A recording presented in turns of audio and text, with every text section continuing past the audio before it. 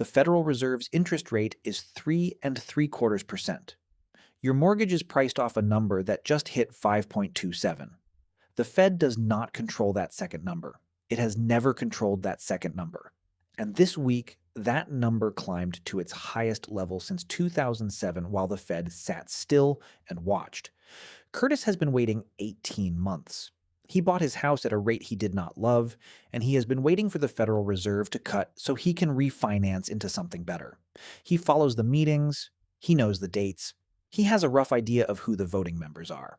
When the announcement comes and the Fed cuts, he opens his laptop that afternoon and pulls a quote. The quote has barely moved. Curtis does it again after the next cut. Same result. He starts to suspect his lender is ripping him off, so he shops around, and every lender comes back within a few basis points of the last one. Which means it is not his lender. It is something upstream of every lender in the country, and Curtis does not have a name for it. What Curtis is holding is the single most widespread belief in American personal finance.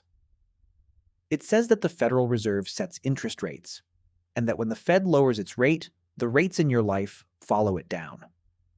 Every headline he has ever read reinforced it. Rate cut, cheaper borrowing. That is the story.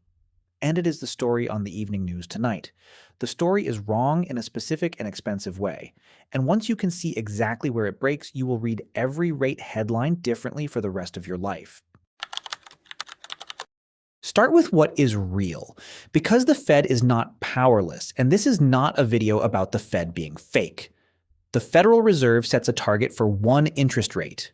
It is called the federal funds rate, and it is the rate banks charge each other to lend money overnight, one night, money that is borrowed after dinner and returned before breakfast. Right now that target is a range, 3.5 to 3.75%. Here is the part almost nobody knows, and it is the part that explains everything downstream. The Fed does not order that rate. There is no dial in a room in Washington. The Fed cannot compel a single bank to make a single loan at a single price, and it has never had that power. What it has instead is an offer. The Fed pays banks interest on money they park at the Fed doing nothing. Sitting still, zero risk, zero effort. So if the Fed is paying 3.75% for money that does nothing, no bank on earth will lend that money to another bank for less than that. Why take on risk for less than you can get for free? The rate does not get commanded down. It gets floored up by an alternative that is better than the deal anyone else is offering. Sit with that for a second because it reframes the whole institution. The most powerful financial body in the world enforces its will not by giving orders but by being the best available counterparty. Its power is entirely the power of a very large checkbook competing in a market, which tells you exactly where that power stops. It works beautifully on things that are short because overnight money has almost nowhere else to go. Your savings account rate, the yield on a 3-month Treasury bill, the return on a money market fund. Those track the Fed closely because they are asking nearly the same question the federal funds rate asks, which is what is money worth for a very short period of time? Now hold that picture because your mortgage is not a short period of time. Your mortgage is 30 years. Ryan is sitting at his kitchen table with a rate sheet in front of him. 6.65% on a 30-year fixed. He has been following this. He knows the Fed has cut 6 times since September of 2024. He has done the arithmetic in his head, and it does not work. Because here is the thing Ryan cannot see from his kitchen table. The Federal Reserve has cut 175 basis points since it started cutting, that is 1.75 percentage points of easing, and the average 30-year fixed mortgage today is 6.65%, which is higher than the 6.58% it averaged this same week 1 year ago. The Fed went down, his mortgage went up. This is not a glitch and it is not a lag. It is the mechanism working exactly as it is built. The overnight rate is the first link in a chain, and every link gets weaker as you stretch the time horizon. Overnight rates follow the Fed almost perfectly. 3-month bills follow closely, 2-year notes follow loosely, 10-year notes barely follow at all. 30-year bonds are, for practical purposes, a different market with a different set of concerns. And your mortgage is not priced off the Fed. Your mortgage is priced off the 10-year Treasury plus a spread. Today, that spread is about 192 basis points. When the 10-year moves, your mortgage moves. When the Fed moves, your mortgage shrugs. Ryan has been watching the wrong number for 18 months. So has Curtis. So, if you are being honest, have most of us. Now, you might reasonably ask why nobody noticed this before. And the answer is that for about 4 decades, you did not need to notice it. Historically, when the Federal Reserve began a cutting cycle, long-term yields fell too. Not because the Fed forced them down, but because the Fed usually starts cutting when the economy is weakening. And a weakening economy means lower inflation and safer havens. And bond buyers respond to that by accepting lower yields. The two moved together for so long that the distinction between them stopped mattering to anyone outside the bond market. Analysis of previous Federal Reserve cutting cycles going back to the 1980s found the 10-year Treasury yield was lower 100 days after the first cut every single time. Not most of the time, every time. If you had bet on that relationship for 40 years, you would have been right on every occasion you placed the bet. Then came September of 2024. The Fed cut 50 basis points, then 25 more, then 25 more. 100 basis points of easing, and over that same window, the 10-year Treasury yield rose by 99 basis points. A 200 basis point divergence. The policy rate going one direction, the rate that actually prices your life going the other, by almost exactly the same distance.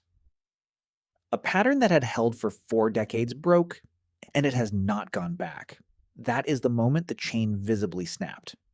Everything happening in the bond market this month is the continuation of it. So if the Fed does not set the long rate, who does? Nobody does. That is the answer, and it is stranger than a conspiracy. The United States Treasury borrows money by holding auctions. It announces that it needs to sell a certain quantity of 10-year notes, and buyers show up and bid. They bid what they are willing to pay, and the price that clears the auction determines the yield. So who are these buyers? Not a cabal. Pension funds that owe retirees money in 30 years and need something safe to hold against it. Life insurance companies matching payouts to policies. Foreign central banks parking reserves.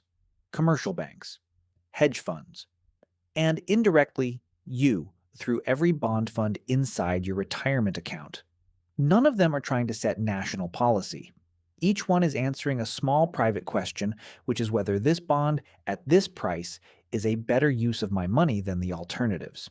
Add up millions of small private answers and you get the yield. It is not a decision handed down. It is a price discovered in public, in an auction, on a Tuesday, and then rediscovered continuously in a secondary market that trades hundreds of billions of dollars a day. There is a name for the extra yield those buyers demand purely for the risk of committing money for a long time. It is called the term premium. It is compensation for everything that could go wrong across a decade that nobody can forecast. And it has nothing to do with what the Fed does next month. When the term premium rises, long rates rise, and the Fed can cut all it likes. The Fed can influence that auction. It can buy bonds itself, it can signal about the future, it can move the short rate and hope the effect travels up the curve. What it cannot do is set the number. The number is whatever the buyers say it is. The chain has been weak since 2024. This year, it snapped hard, and there are 3 reasons worth understanding. The first is supply. The United States crossed $40 trillion in national debt last week. In July alone, the federal deficit ran $432 billion, the highest single month since March of 2021. Every dollar of that has to be borrowed, which means more bonds arriving at more auctions. When supply rises and demand does not, the price falls and the yield climbs. That is not policy. That is arithmetic. The second is competition. The largest technology companies in the world are issuing enormous quantities of corporate debt to finance artificial intelligence infrastructure.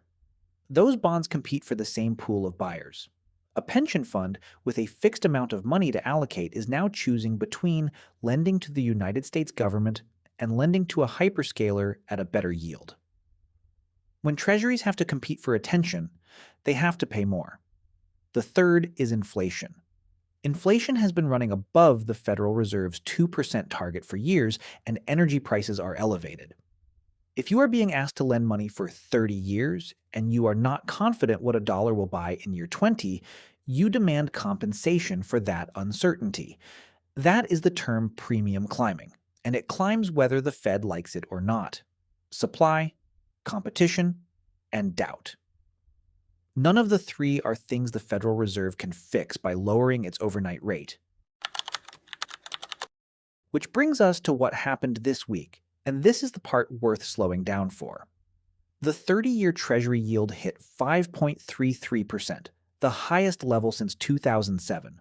Borrowing costs across the entire economy were climbing, and the government moved to stop it.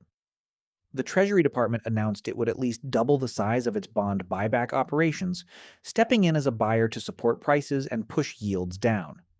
Yields fell. Stocks rallied.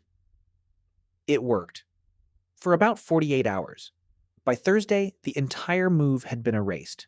The 30-year was back above 5.2, and by Friday it had climbed further. The intervention did not fail because it was badly executed. It failed because of the numbers involved. The buyback operation is $4 billion. The national debt is $40 trillion. That is one part in 10,000. Scale it down to a household, and it is like carrying $10,000 of debt and making a $1 payment. The market looked at a $1 payment on a $10,000 debt and priced accordingly. Meanwhile, the interest cost on that debt is running about $1.2 trillion this year. That is roughly two-thirds of the entire deficit so far. The government is borrowing in large part to pay the interest on what it already borrowed. And the price of that borrowing is set by people who can see the same numbers you just did. This is the thing to hold on to. The most powerful central bank on Earth and the treasury of the largest economy on Earth both pushed on the long end of the bond market this week in public with real money, and the bond market pushed back and won. Not because of a secret, because there was not enough money on the other side of the trade. There is a quieter piece of evidence, and I find it more persuasive than any of the numbers. For roughly 15 years, the Federal Reserve's most effective tool was not the interest rate. It was talking. The Fed would tell markets what it intended to do months ahead, and markets would move in advance of the actual decision. This was called forward guidance. And at its peak, the Fed could shift trillions of dollars in asset prices with a carefully worded sentence and no action whatsoever. That tool has one requirement. It only works if the market believes the Fed controls the destination. Under the current chair, the Fed has been steadily walking it back. The post-meeting statements have been shortened. Forward guidance has been curtailed. Press conference answers have become noticeably less prescriptive. And ahead of the most closely watched speech of the year, in front of central bankers from more than 70 countries, the chair described his own remarks as a blank piece of paper. You can read that as evasiveness. I would read it differently. An institution that has stopped promising where rates are going is an institution that has quietly accepted it does not control where they are going. That is not a scandal. It might even be honest, but it is a very different Federal Reserve than the one in Curtis's head. Jasmine had a Fed meeting calendar bookmarked. She deleted it. What she watches now is the 10-year Treasury yield. One number, free, updates continuously, and it is what her mortgage, her car loan, and her credit card rate are actually anchored to. When the 10-year falls meaningfully and holds, that is when refinancing becomes worth pricing. When it climbs, waiting gets more expensive, not less. That is the practical shift, and it is small. Stop timing your financial life around 8 scheduled meetings a year. Start watching the market that actually prices you. The second shift matters more. If you have been holding a decision, waiting on a rate cut that will fix your numbers, understand what you are actually waiting for. You are not waiting on the Federal Reserve. You are waiting on tens of thousands of buyers to collectively decide that lending money to the United States for 30 years has become more attractive than it is today. That can happen. It has happened many times, but it is not on anyone's calendar and nobody announces it in advance. So it is worth being precise about what you are hoping for, because there are only 3 things that genuinely lower long-term yields, and you should know which one you are rooting for. The first is less borrowing. Smaller deficits mean fewer bonds arriving at auction, which means the government has to pay less to place them. That is the clean answer and the slow one, and it is entirely a matter of fiscal policy, not monetary policy. It is decided by Congress, not by the Fed. The second is inflation genuinely settling. Not a good month. Sustained enough that a buyer committing money for 30 years stops demanding compensation for the uncertainty. That shrinks the term premium and pulls long yields down without anyone deciding to pull them. The third is a recession. When the economy contracts, money runs toward safety, and the safest asset in the world is a United States Treasury bond. Buyers pile in, prices rise, and yields fall fast. This is historically the most reliable way long rates come down.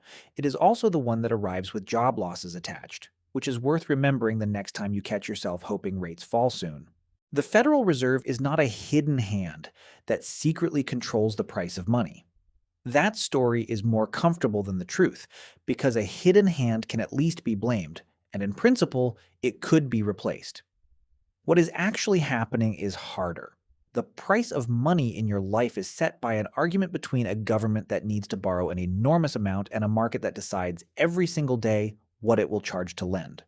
The Fed has a seat at that table, it has a large checkbook, and a loud voice.